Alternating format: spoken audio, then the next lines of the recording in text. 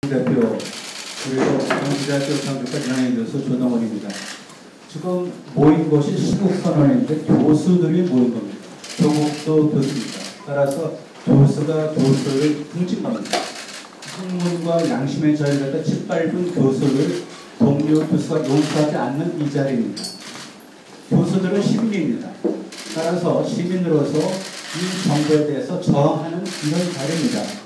그동안 많은 경우 예를 들어서 태극기 집회 등등 그런 집회가 있어 왔지만 지식인들이 이렇게 분명히 문재인 정부의 실정을 갖다가 이거를 고발하면서 일어난 것은 처음이라고 봅니다. 2년 전으로 한번 시간을 돌려보시기 바랍니다. 문재인 정부 너무나 오만합니다. 정권 교체는 흔히 있을 수 있습니다. 하지만 정권 교체를 전국으로 착각한 정치 집단이 바로 문재인입니다. 정권 교체를 건국으로 착각한 집단이 바로 문재인 정부입니다. 그대로 국민의 지지를 받았으니까 무엇이든지 할 수 있다 생각했습니다. 따라서 심지어는 교체를 할 수 있는 자유민주주의 시장 경제를 이상한 자본주의를 통해서 건의 형태를 통해서 자유민주주의 시장 경제 질서를 타개하려고 시도했습니다. 또 다른 거는 정체를 알 수 없는 공론화위원회를 통해 갖고 그동안 우리나라 사회의 근간이 되어온 그러한 원전 이것을 폐기시키고 무력화시켰습니다.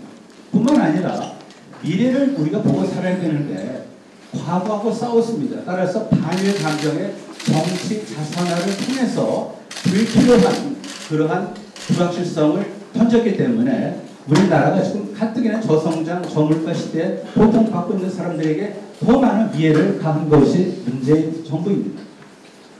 또 하나 보도록 합시다. 우리가 반일을 갖다가 반일 하물 외신들 그것이 극일로 될 수는 없습니다. 짧게 말씀드리겠습니다. 이 징용에 대한 손해배상 청구는 비단 한국만이 아닙니다.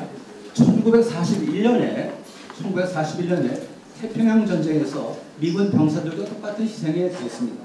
따라서 종전이 되면서 그들도 일본의 기업을 대상해서 강제징용에 대해서 손해배상 청구를 했습니다. 하지만 미국 정부는 그때 어떻게 판결을 했냐면 그대들의 희생에 대해서 너무나 고국에 고마워하지만 하지만 당신에 대한 보상은 앞으로 올 평화가 이거를 보상했다, 해상했다라고 명판결을 내렸습니다. 아시다시피 우리나라는 1965년대 한일협정부에서 5억 불에 해당되는 그러한 한일 청구권 자금을 지급받았습니다. 그것을 징용 대상자 등등에게 주지 않고 경제개발의 시드마니로 썼습니다. 그렇다면 이렇게 판결은 안 됩니까? 그들의 조국에 대한 희생에 대해서 무한히 감사합니다. 하지만 당신에 대한 보상은 당신의 그 희생이 값진 대가에 대해서 경제개발로 무한히 이것이 보상되었습니다.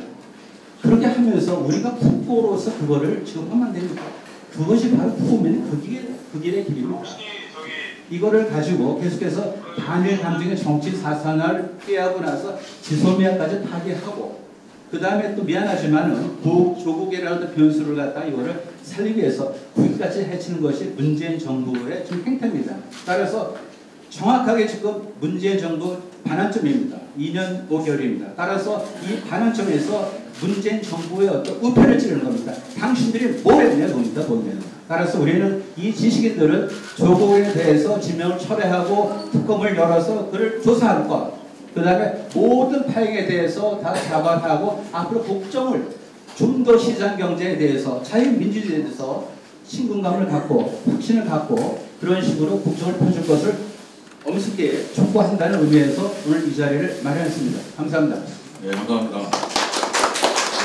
다음은 이병태 교수님.